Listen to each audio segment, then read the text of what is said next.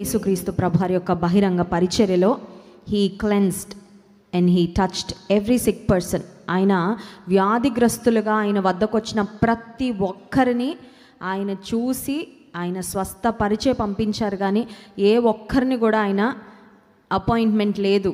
ఈ రోజుకి ఇంతే నంబర్. చూడండి, ఫేమస్ డాక్టర్స్ దగ్గర నంబర్స్ ఇస్తారు కదా, కొన్ని హాస్పిటల్స్లో ఉదయం 4 గంటలకు 3 గంటలకు కూడా వెళ్ళి క్యూలో నిలబడి నంబర్స్ తీసుకుంటారంటే, ఎందుకంటే ఆ డాక్టర్స్ అంత బిజీగా ఉంటారు.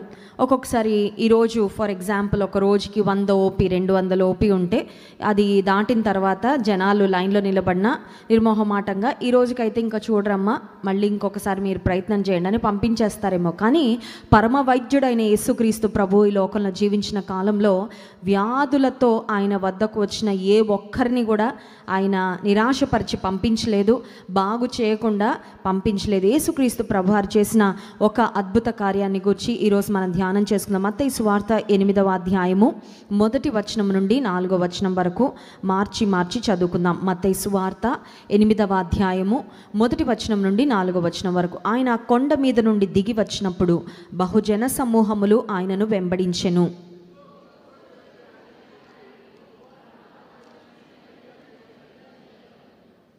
3వ వచనం, అందుకు ఆయన చెయ్యి చాపి వాని ముట్టి, నాకిష్టమే, నీవు శుద్ధుడవు కమ్మని చెప్పగా తక్షణమే వాని కుష్ఠరోగము శుద్ధి ఆయను.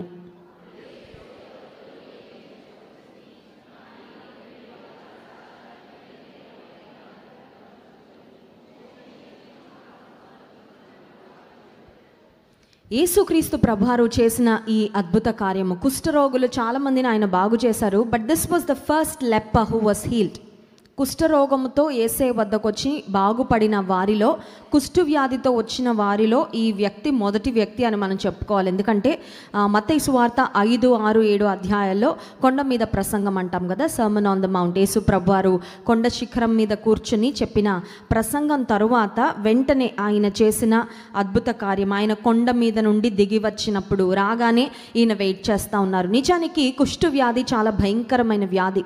కుష్ఠు వ్యాధి బారిన పడిన వారు ఒక 20 నుండి 30 సంవత్సరాల వరకు వారు బ్రతుకుతారు. అంటే after they are diagnosed with leprosy, వాళ్ళు కుష్ఠు వ్యాధి వచ్చింది అని తెలిసిన తర్వాత ఒక 20 నుండి 30 సంవత్సరాల వరకు వారు బ్రతుకుతారు. కానీ కుష్ఠు వ్యాధిలో ఉన్న భయంకరత్వం ఏంటంటే వారి ఆరోగ్యము దినదినము క్షీణిస్తూ ఉంటుంది. ఒక్కసారి చనిపోవడము కుటుంబానికి షాక్, కానీ చనిపోయే వారికి ఒక రకంగా రిలీఫ్ అని చెప్పాలి. ఎందుకంటే ఆ మరణ వేదన, మరణ బాధ అది సఫర్ అవ్వరు. చనిపోయే వారికి ఒక రకంగా ఒకసారి సడన్గా చనిపోవడము అది ఒక రకమైన రిలీఫ్ అని చెప్పచ్చు. కానీ దినదినము శరీరంలో అవయవాలు, భాగాలు క్షీణిస్తూ చనిపోవడం అనేది అది ఎట్లా ఉంటుందంటే దినదిన గండంలాగా ఉంటుంది.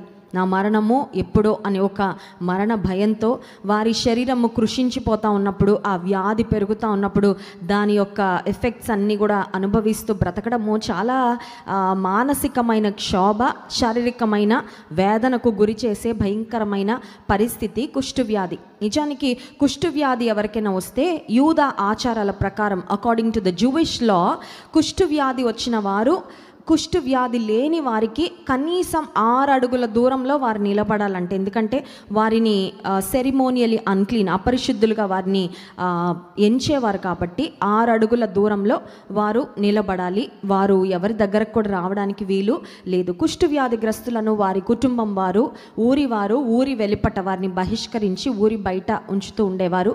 ఫర్ ఎగ్జాంపుల్, కుష్ఠు వ్యాధిగ్రస్తుని వైపు నుండి ఆరోగ్యవంతుల వైపుగా ఒకవేళ గాలి వీస్తూ ఉంటే ఆ గాలిలో వారి దేహంలో ఉన్న ఆ బ్యాక్టీరియా ఎదుటి వ్యక్తికి వస్తుందని యూద ఆచారాల ప్రకారము 150 అడుగుల దూరం ఉండాలంట. ఎప్పుడంటే ఒకవేళ కనుక ఆ కుష్ఠు వ్యాధిగ్రస్తుని వైపు నుండి ఇటుగా గాలి వీస్తుంటే, బలమైన గాలి వీస్తుంటే ఒక 150 అడుగుల దూరంలో ఆ కుష్ఠు వ్యాధిగ్రస్తులే నిలబడాలి.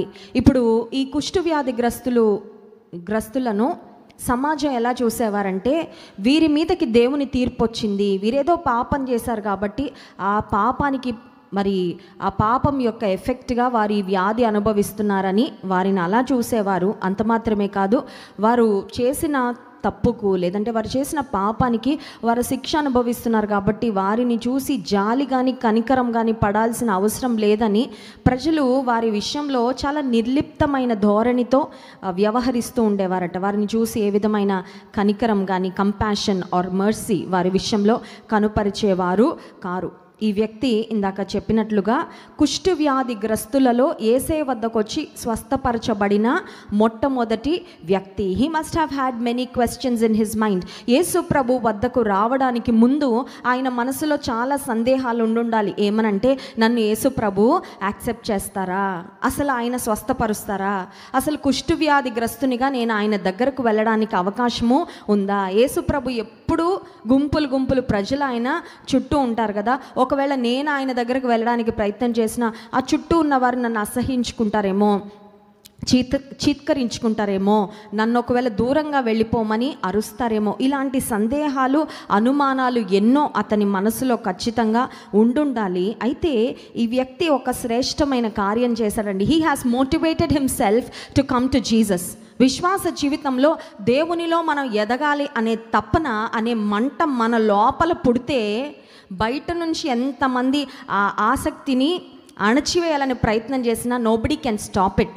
విశ్వాస జీవితంలో నేను దేవునికి దగ్గరగా వెళ్ళాలి, నేను దేవుని గురించి ఇంకెక్కువగా తెలుసుకోవాలి, నేను దేవుని కొరకు బ్రతకాలి అనే తపన మన లోపల స్టార్ట్ అవ్వాలండి. అఫ్ కోర్స్ బయట నుంచి దైవజనులు చెప్పే వాక్యాలు, దేవుని వాక్యం, ఇవన్నీ ఎక్స్టర్నల్గా దేవుడు మనకిచ్చే హెల్ప్ అంటే బయట నుండి దేవుడు ఇచ్చే సహాయము సహకారం, కానీ మన లోపల ఆశ పుట్టాలి. నీలో ఆ ప్యాషన్ ఉంటే నిన్నెవ్వరూ ఆపలేరు. నువ్వు దేవునిలో ముందుకు సాగకుండా నిన్నెవ్వరూ ఆపలేరు.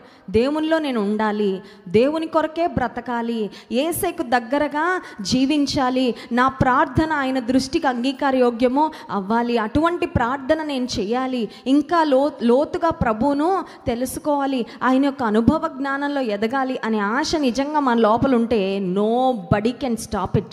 ఈ కుష్ఠవ్యాధి గ్రస్తుని నుండి మనం నేర్చుకోవాల్సిన విషయం అదేనండి. He had lot of discouragement probably. తన జీవితంలో చాలా నిరాశ, చాలా హోప్లెస్నెస్. ఎందుకంటే కుష్ఠవ్యాధి గ్రస్తులు అప్పటి వరకు ఆయనకు తెలిసి బాగుపడిన వారు ఎవరు లేరు. But that did not stop him from coming to Jesus. యేసే వద్దకు రావడానికి ఆ ఆలోచనలు ఏవి కూడా ఆ వ్యక్తిని ఆపలేదు. ఇంకో మాటలో చెప్పాలంటే యేసయ్య అతన్ని ఇటు రాయ్యా అని పిలవలేదు. పిలిచారండి? పిలవల. యేసయ్య పిలవలేదు, శిష్యులు పిలవలేదు. ఒకవేళ పక్షవాయువు గల వ్యక్తిని తన స్నేహితులు యేసు ప్రభు దగ్గర తీసుకువెళ్ళినట్లు ఇతనికి ఫ్రెండ్స్ సపోర్ట్ లేదు, ఫ్యామిలీ సపోర్ట్ లేదు. యేసయ్య చూసి నువ్వు రానైనా నేను బాగుపరుస్తానని యేసయ్య కూడా ఆహ్వానం ఇవ్వలేదు. కానీ he has motivated himself to go to Jesus. Yesayya దగ్గరకు వెళ్ళాలని తన్ను తానే ప్రోత్సహించుకున్నాడు. దావీదు జీవితంలో కూడా మనం చూసినట్లయితే తన జీవితంలో అన్ని అననుకూలతలు, సమస్యలు తనని చుట్టుముట్టినప్పుడు దావీదు తన దేవుడైన యెహోవాను బట్టి ధైర్యం తెచ్చుకొనేననే మాట ఉంటుందండి. కొన్నిసార్లు మనం ఎవరో ఒకరు నాకు ధైర్యం చెప్తే బాగుండు, ఎవరో ఒకరు నన్ను ఎంకరేజ్ చేస్తే బాగుండు, ఎవరో ఒకరు నాకు చప్పట్లు కొట్టి good job, keep doing, keep going, keep it up అని నన్ను ప్రోత్సహిస్తే బాగుండని కొన్నిసార్లు అటు ఇటు చూస్తూ ఉంటాం. కానీ దేవునిలో నేను ముందుకు సాగాలంటే కొన్నిసార్లు మనల్ని మనమే పురికొల్పుకోవాలి, మనల్ని మనమే ప్రోత్సహించుకోవాలి. నన్ను ఎవరు అర్థం చేసుకోపోయినా పర్వాలా, అందరూ నన్ను చిత్కరించుకున్న పర్వాలా, మనుషులందరూ నాలో తప్పులు పట్టాలని ప్రయత్నం చేసినా పర్వాలా, నేను దేవునిలో ముందుకే వెళ్తాను. ఈ వ్యక్తి యొక్క కృత నిశ్చయము, he motivated himself to go to Jesus. ఇప్పుడు యేసయ్య వద్దకు వెళ్ళిన తర్వాత హీ డిడ్ సంథింగ్ బ్యూటిఫుల్. దేహమంతా కుష్ఠవ్యాధితో ఉంది, కానీ యేసయ్య వద్దకు వెళ్ళిన తర్వాత it was a very short and brief conversation. యేసయ్యతో అతను గడిపిన సమయం చాలా తక్కువ సమయం అండి, కానీ అతను చాలా అద్భుతమైన కార్యాన్ని చేశాడు. ఒక్కొక్క మాట మనం ఒకసారి గమనిద్దాం. చూడండి 2వ వచనం. ఇదిగో కుష్ఠరోగి వచ్చి ఆయనకు మ్రొక్కి. కుష్ఠవ్యాధి అంటే దేహమంతా రోగం ఉంటుంది. కుష్ఠవ్యాధి గ్రస్తులకు బాడీలో సెన్సేషన్ పోతూ ఉంటుంది. ఆ తర్వాత వారి కండరాలు మసిల్స్ వీక్ అయిపోతూ ఉంటాయి. చేతులు వ్రేళ్ళు, కాళ్ళ వ్రేళ్ళు ఆ బ్యాక్టీరియా తినేస్తుంది. వారి గ్రిప్ కూడా ఉండదు, సరిగ్గా నడవలేరు, చేతులతో ఏమీ సరిగ్గా పట్టుకోలేరు. I'm sure his body was covered with sores. దేహమంతా పుండ్లతో ఆ బ్యాక్టీరియాతో కృషించిపోతున్న స్థితిలో I'm sure he had so many reasons to not worship Jesus. Yesayya ముందు ఇక్కడ మ్రొక్కి అనే మాట ఉంది. ఇంగ్లీష్ బైబిల్ ఏమనుందంటే ఆయనను వర్షిప్ చేశాడు, ఆరాధించాడు, యేసయ్యను ఆరాధించాడు అనే మాట ఉంది. నిజానికి ఆయన స్థితిని ఆయన చూసుకుంటే మ్రొక్కాల్సినంత గొప్పగా ఆయన జీవితము లేదండి. He can find any number of excuses. ఎన్ని కారణాలైనా వెతుకోవచ్చు. ఏదో నిలబడి రాయేస్తానులే, ఒక ప్రయత్నం చేస్తాను, యేసుప్రభు ఒకవేళ కనికరిస్తే నా బ్రతుకు మారుతుంది అన్నట్లుగా రాలేదు. చాలా విశ్వాసంతో వచ్చాడు, చాలా కృతజ్ఞతతో వచ్చాడు, చాలా ఆరాధన భావంతో వచ్చాడు. యేసు ప్రభు ఎదుటకొచ్చి ఆయన మొక్కుట ద్వారా హీ వాజ్ ఆనరింగ్ జీసస్. యేసయ్యను ఘనపరుస్తా ఉన్నాడు. కుష్ఠవ్యాధిగ్రస్తుడే, ఇంకా అతనికి ఏ ఆశ లేదు జీవితం మీద. కానీ యేసయ్య దగ్గరకు రాగానే అతను చేసిన ఒక అందమైన కార్యము, అద్భుతమైన కార్యం ఏంటంటే యేసయ్యను ఘనపరుస్తున్నాడు. Bible doesn't say whether he was kneeling or whether he was bowing down. ఇలా మ్రొక్కాడా లేదంటే మోకరించాడా అనేది బైబిల్లో స్పష్టంగా లేదు. కానీ మ్రొక్కాడు, ఆరాధించాడు అనే మాట అయితే ఖచ్చితంగా ఉంది. ప్రాబబ్లీ నిలబడి మాత్రం మాట్లాడలేదు, అదైతే చెప్పచ్చు. ఎందుకంటే ఆరాధించాడు లేదంటే మ్రొక్కాడు అనే మాట దేవుడు రాయించారు కదా. సో నిలబడి ఏదో ఒక ఎదురుగా ఒక వ్యక్తితో నిలబడి సింపుల్గా మాట్లాడేసినట్లు మాత్రం మాట్లాడలేదు. He made sure his posture also showed his reverence for Jesus. ఆయన యొక్క బాడీ లాంగ్వేజ్ కూడా యేసయ్య పట్ల ఆయనకున్న ఆరాధన భావాన్ని, ఆ గౌరవ సూచకాన్ని చూపించేటట్లుగా, కనుపరిచేటట్లుగా యేసయ్య ఎదుట ప్రవర్తించాడు అని మనం తెలుసుకోవాలి. ఇప్పుడు అతను యేసయ్యతో చేసిన సంభాషణ చాలా చిన్న సంభాషణ అనుకున్నాం కదా. కొన్ని మాటలే మాట్లాడాడు, చిన్న ప్రార్థనే చేశాడు చెప్పాలంటే. కానీ చాలా శక్తివంతమైన ప్రార్థన చేశాడు. ప్రతి వారం మనం ఒక్కొక్క ప్రార్థనను గురించి ధ్యానం చేసుకుంటా వస్తున్నాము. ఈరోజు కుష్ఠరోగి చేసిన ప్రార్థన, the prayer of a leopard. కుష్టు వ్యాధిగ్రస్తుడు యేసయ్య సన్నిధిలో యేసయ్య ఎదుటికొచ్చి చేసిన ప్రార్థన ఏంటంటే మొదట మ్రొక్కాడు, రెండవదిగా ఏమని పిలుస్తున్నాడంటే ప్రభువా. He called Jesus, he address Jesus as lord. ప్రభువా అని పిలవడంలో, సంబోధించడంలో అతని అర్థం, భావం ఏమిటంటే నువ్వు పాలించేవాడవయ్యా, నీవు అధికారం కలిగిన వాడవు, నువ్వేమైనా చేయగలవు. I know you are ultimate, నువ్వు ప్రభుడవు, నేను అది నమ్ముతున్నాను, అందుకే నేను అదే మాట కూడా చెప్తా ఉన్నాను. చాలాసార్లు మన ప్రార్థనలు చాలా సింపుల్గా ఉంటాయి, మన ప్రార్థనలు చాలా అన్ఇంటెన్షనల్గా ఉంటాయి. కానీ బైబిల్ గ్రంథంలో మనం చూసిన శక్తివంతమైన ప్రార్థనలు అవి కొద్ది మాటలతో ఉన్నవైనప్పటికీ వారు పలికిన మాటలు, వారు ఉపయోగించిన పదాలలో చాలా శ్రేష్టమైన అర్థం దాగి ఉంటుంది. ఈ వ్యక్తి చాలా నిరుత్సాహకరమైన స్థితిలో ఉన్నాడు, కానీ but he had an understanding about Jesus. Yesu ప్రభుని గురించి ఒక అవగాహన కలిగి ఉన్నాడు. ఏమనంటే ఈయనను కొంతమంది బోధకుడు అని పిలుస్తున్నారేమో యేసయ్యను, కొంతమంది ఈయన గొప్పవాడని నమ్ముతున్నారేమో, కానీ నేను నమ్ముతున్నాను ఏమనంటే యేసు ప్రభు, యేసయ్య ప్రభువు అని. అందుకే ఈయన పిలుస్తూ ఉన్నాడు ప్రభువా అని సంబోధిస్తూ. నాకు ఇష్టమైన మాట ఇతను చేసిన ప్రార్థనలో, నీకిష్టమైతే, ఒకసారి స్తోత్రం చెప్దాం, hallelujah. He was one of the first people who prayed this way. ఇట్లా ప్రార్థించిన వారిలో మొదటి వ్యక్తి అని చెప్పాలి. నీకిష్టమైతే. ఎవరినైనా మనం వెళ్ళి ఏమన్నా అడిగినప్పుడు ఎలా అడుగుతామండి? నాకు ఇష్టం కాబట్టి, నాకు కావాలి కాబట్టి, నేను కోరుకుంటున్నాను కాబట్టి, నాకు అనిపించింది కాబట్టి. ఎవరి దగ్గరికైనా వెళ్ళి ఏదైనా అడిగేటప్పుడు, దేవుని సన్నిధానానికి వెళ్ళి అడిగేటప్పుడు కూడా చాలాసార్లు మన ప్రిఫరెన్స్, మన ప్రయారిటీ ఎక్కడ ఉంటుందంటే నా అనే దాని మీద ఉంటుంది. ఇతని ప్రార్థన నా అనట్లా నీ అంటున్నాడు. స్తోత్రం చెప్దాం, హల్లెలూయా. అంటే నాకు ఏది ఇంపార్టెంట్ అంటే యేసయ్య, నీకేది ఇష్టమో అది నాకు కావాలి, నీకేది ఇష్టమో అది నేను పొందుకోవాలని ఆశిస్తు. నీకు ఇష్టమైతే అంటే అర్థం ఏంటంటే హీ వాజ్ రెడీ. నువ్వు ఎస్ అన్నా పర్వాలేదు, నువ్వు నో అన్నా అంతే కదండి. నాకు ఇష్టం కాబట్టి నాకు ఇవ్వు అని అడిగితే అక్కడ ఏముంటుందంటే కొన్నిసార్లు నా ఇష్టం నెరవేరాలనే ఒక పట్టుదల. కానీ ఈ వ్యక్తి నీకు ఇష్టమైతే అని యేసయ్యను అడగడంలో, నీకు ఇష్టమైతే ఇవ్వు తీసుకుంటా, నీకు ఇష్టం లేదని చెప్పినా కూడా నాకేమీ పర్వాలేదయ్యా అన్నట్లుగా యేసయ్య ఇష్టానికి, యేసయ్య చిత్తానికి అధిక ప్రాధాన్యతనిచ్చి ఈ వ్యక్తి ప్రార్థించినట్లుగా మనకి కనబడతా ఉంది. నీకు ఇష్టమైతే అనే మాటలో ఈ వ్యక్తి ఇంకొకటి కూడా రుజువు చేశాడు. ఏమనంటే, I'm humble, I'm not demanding. నీ దగ్గర నేనేమి డిమాండ్, నేను ఓన్లీ బతిమాలడానికే మొక్కాడు కదండి. His posture it self denotes he was very humble. ఆయన యేసయ్య దగ్గరకు వచ్చిన విధానం చాలా దీన మనస్సుతో వచ్చాడు. ఆయన బాడీ లాంగ్వేజ్లో కూడా అదే చూపిస్తూ ఉన్నాడు. ఆయనను అడగడంలో కూడా ఈ వ్యక్తి కనుపరుస్తున్నది ఏంటంటే, ఓన్లీ బ్రతిమాలుతున్నానయ్యా. He was begging Jesus for his will to be done. నీ చిత్తము నా జీవితంలో జరగాలని మాత్రమే నేను ప్రాధేయపడుతున్నానయ్యా అన్నట్లుగా ఒక దీన మనసుతో ఇతను చేస్తున్న ప్రార్థన. అంత మాత్రమే కాదు, ఆ వ్యక్తి అడిగిన మాట చూడండి, ప్రభువా నీకు ఇష్టమైతే నన్ను శుద్ధునిగా, నన్ను బాగు చేయని అడగలేదు. ఒకసారి చూసారండి, గమనించారా ఆ మాట? వ్యాధితో వచ్చిన వారు ఏమడుగుతారు యూజువల్గా? హీల్ మీ అని అడుగుతారు. కానీ ఈ వ్యక్తి హీల్ మీ అనట్లా, క్లెన్స్ మీ అని అడుగుతున్నాడు. Did you see that difference? Heal me. Doctor దగ్గరికి వెళ్ళి ఏమంటామండి? రోగం బాగు చేయండి డాక్టర్ గారు అంటాము. చాలామంది యేసు ప్రభు వద్దకు వచ్చి బాగు చేయయ్యా అని అడిగిన వారు ఉన్నారు. కానీ ఇతని యొక్క రిక్వెస్ట్ ఇట్ వాజ్ డిఫరెంట్. ఇతను ఏం నమ్మాడంటే, యేసయ్య నాకు ఆరోగ్యమే కాదు ఇవ్వగలిగినది, నన్ను శుద్ధునిగా కూడా చేయగలడు. నా ప్రాణాత్మ దేహములను శుద్ధి చేయగలిగినంత మహాత్యము ఈ యేసయ్యలో ఉంది.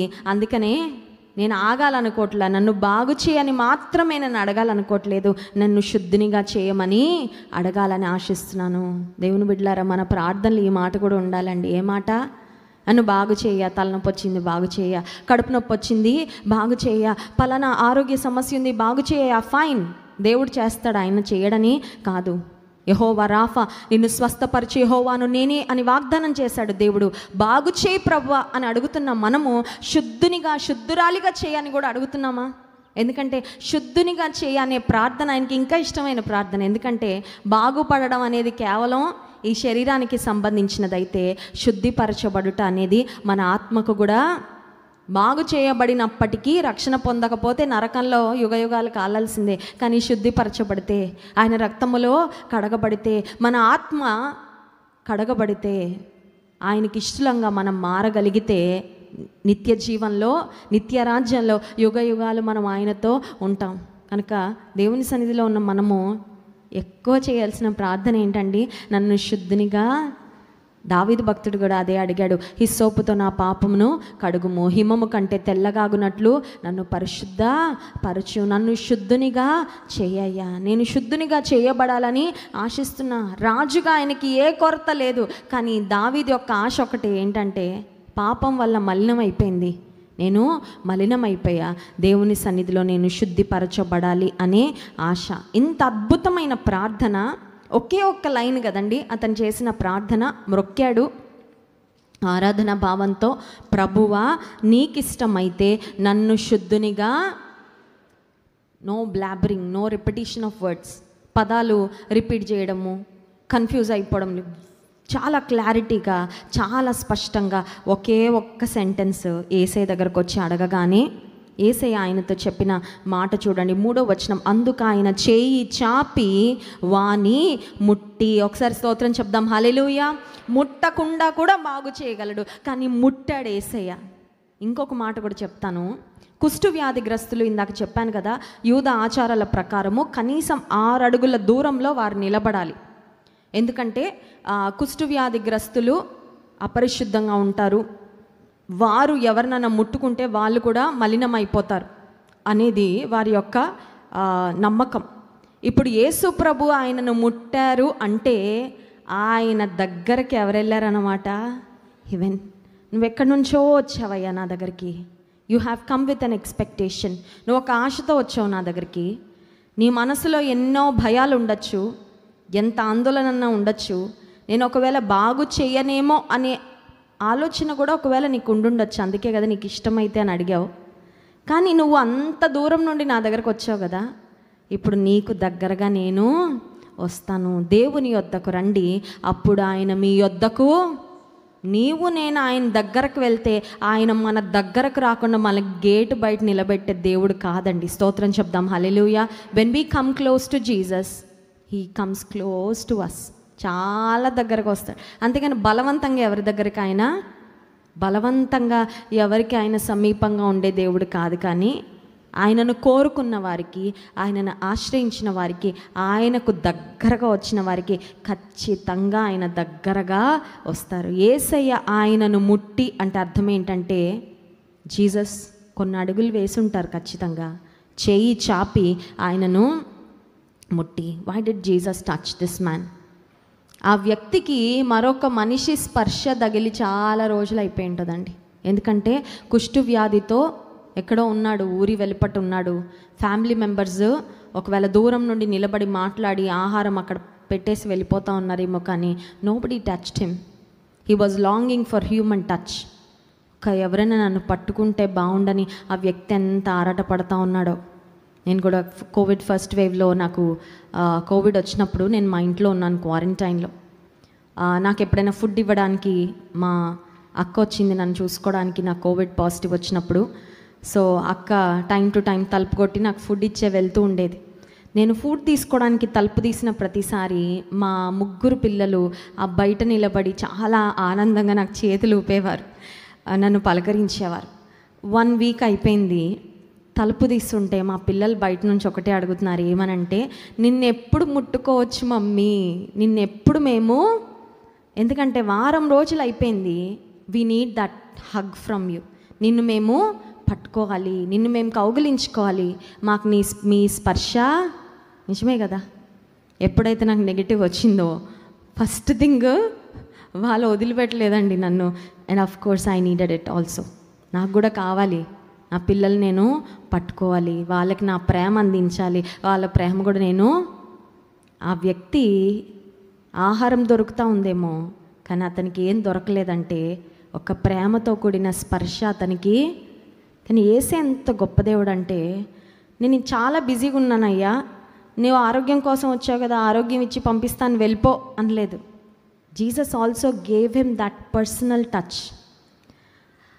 కేవలం శరీరాన్ని బాగు చేసే పంపించలేదు, అతని మనోభావాలు, అతని యొక్క మానసికమైన స్థితిని కూడా గుర్తించి యేసయ్య అతనికి ఆ ఆదరణతో, ప్రేమతో, స్వస్థతతో కూడిన ఆయన స్పర్శ ఇచ్చి, ఇప్పుడు యేసయ్య చెప్పిన మాట చూడండి, 3వ వచనం, నాకు ఇష్టమే.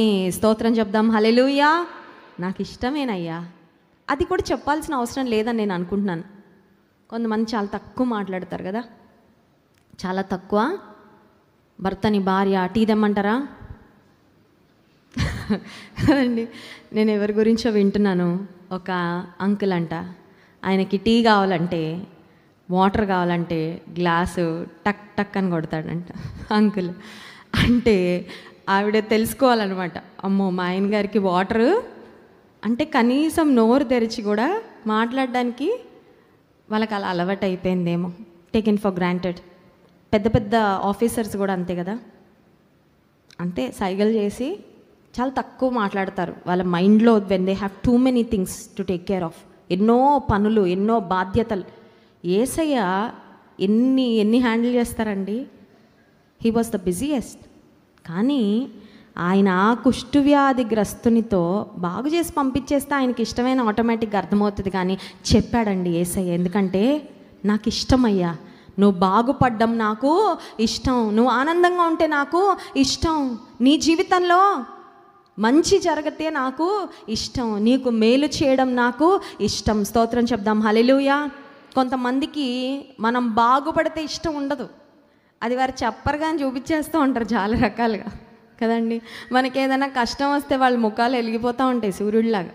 ఏంటంటే అప్పుడే అర్థమైపోద్ది, ఓకే వీళ్ళు నా కష్టాన్ని వీళ్ళు సెలబ్రేట్ చేసుకుంటున్నారన్నమాట అని. మాటల ద్వారా కాకపోయినా భావోద్వేగాల ద్వారా చాలామంది వెల్లడి చేసేస్తా ఉంటారు. Those are those simple signs, చిన్న చిన్న ఇండికేషన్స్ మనకు అర్థమైపోద్ది మన శత్రువులు ఎవరో, మనల్ని ప్రేమించేవారు ఎవరో. కానీ యేసు ప్రభు ఆయన బాగును కోరుకుంటున్నాడని క్రియలలో ఆయనను బాగు చేయటం ద్వారా చూపించుట మాత్రమే కాదు, కానీ నాకు ఇష్టమేనయ్యా. ఈ ఉదయకాల సమయంలో కూడా మనం కొన్ని కష్టాలతో వచ్చాము, కొన్ని సమస్యలతో వచ్చాం. ఆ కుష్ఠవ్యాధిగ్రస్తుని వలె యేసయ్య నీకు ఇష్టమైతే చెయ్యయ్యా, నీకు ఇష్టమైతే చెయ్యి అని మనం అడగగలిగితే, if you can dare to pray that way, అలా ప్రార్థన చేయడానికి మనకి ధైర్యం ఉంటే. చాలాసార్లు మనకు ధైర్యం ఉండదు. ఎందుకు తెలుసా? అమ్మో యేసయ్య వద్దంటారేమో, వద్దంటే ఏంటి పరిస్థితి, వద్దంటే నేను తట్టుకోలేను యేసయ్య, నువ్వు ఎస్ అనే అనాలి కానీ నువ్వు నో అంటే నా వల్ల కాదు అన్నట్లుగా కొన్నిసార్లు మనం ముండితనంతో వ్యవహరిస్తూ ఉంటాం దేవుని దగ్గర. కానీ నీవు నేను, if you can dare to pray like that leopard, నీకు ఇష్టమైతే అని మనం అడగగలిగితే, నాకు ఇష్టమే యేసయ్య చెప్పిన మాట, నీవు శుద్ధుడవు కమ్మని చెప్పగా తక్షణమే వాని కుష్ఠరోగము శుద్ధి ఆయను. అతని యేసు ప్రభు బాగు చేసి అక్కడి నుంచి పంపించారు. యేసయ్య ఆ వ్యక్తి జీవితంలో, Jesus changed his destiny, Jesus changed his future. అతని భవిష్యత్తు ఇంకా అయిపోయింది. కుష్ఠవ్యాధి వచ్చిందంటేనే మై ఫ్యూచర్ ఇస్ డూమ్డ్, నా భవిష్యత్తు అయిపోయింది అని తన మనసులో చాలా నిరాశ ఉండొచ్చు. మళ్ళీ జీవితాన్ని బాగు చేసి ఆయనకు ఒక మంచి భవిష్యత్తును యేసయ్య అనుగ్రహించారు. ఒకవేళ ఈ ఉదయకాల సమయంలో దేవుని సన్నిధానానికి వచ్చిన నీవు కూడా, నీకు వచ్చిన ఒక సమస్యను బట్టి, నీకు వచ్చిన ఒక వేదనను బట్టి, ఇక నా భవిష్యత్తునంతా ఈ సమస్య ప్రభావితం చేస్తుంది, this problem that I'm going through will affect my future in an adverse way, ఒక భయంకరమైన విధానంలో నా భవిష్యత్తును ఈ సంఘటన, ఈ సమస్య ఒకవేళ ప్రభావితం చేస్తుందనే భయం నీకు ఉన్నట్లయితే, యేసయ్య వద్దకు వచ్చి నీకు ఇష్టమైతే అని మనం నిజంగా ఓపెన్ మైండ్తో అడగగలిగితే, భవిష్యత్తును అంతా బాగు చేసే విధంగా యేసయ్య తన కార్యాన్ని జరిగిస్తాడు. నమ్మిన వారి స్తోత్రం చెప్దాం. హల్లెలూయా. కళ్ళు మూసుకోండి, ప్రార్థన చేసుకుందాం. పరిశుద్ధుడానికి స్తోత్రాలయ్యా. నీ వద్దకు వచ్చిన కుష్ఠవ్యాధిగ్రస్తుని నువ్వు అసహించుకోలేదు, నువ్వు చీదరించలేదు. మీరు చేయి చాపి ఆయనను ముట్టారయ్యా. నాకు ఇష్టమే అని చెప్పారు ప్రభా. యేసయ్యా, మమ్మల్ని బాగు చేయడం నీకు ఇష్టమయ్యా, మమ్మల్ని ఆనందపరచడం నీకు ఇష్టం ప్రభా, మా సమస్యల నుండి మమ్మల్ని విడిపించడం నీకు ఇష్టమయ్యా, మా మేలు కోరే దేవుడవు ప్రభా, నీకు స్తోత్రాలు. మా ఆనందాన్ని నీకన్నా ఎక్కువగా ఇంకెవ్వరు కోరరయ్యా. మా ముఖంలో చిరునవ్వు చూడాలని, మా సమస్యల నుండి మమ్మల్ని విడిపించి సంతోష ఆనంద భరితులుగా మమ్మల్ని చేయాలని ఎదురు చూస్తున్న దేవుడో ప్రభా. ఎంతమంది నీ మందిరానికి వస్తూ కూడా ఆ వ్యక్తి వల్ల నీకు దగ్గరగా రాకుండా, దూరం నుండి నీతో మాట్లాడకుండా వెళ్ళిపోతూ ఉన్నారు. వారందరూ కూడా నీకు దగ్గరగా వచ్చి నీకు మొర్రపెట్టుకొని, నిజంగా మొరపెట్టి వారికి నీవు సమీపంగా ఉంటానని, మా మొర ఆలకిస్తానని వాగ్దానం చేసావు ప్రభా. అలా మొరపెట్టుకొని కృప మాకు ఇవ్వండి. మిమ్మల్ని ఆరాధించి స్తుతించబోతుండగా ఆరాధన ఆత్మతో మమ్మల్ని నింపుమని యేసు నామములో ప్రార్థిస్తున్నాం తండ్రి. ఆమేన్.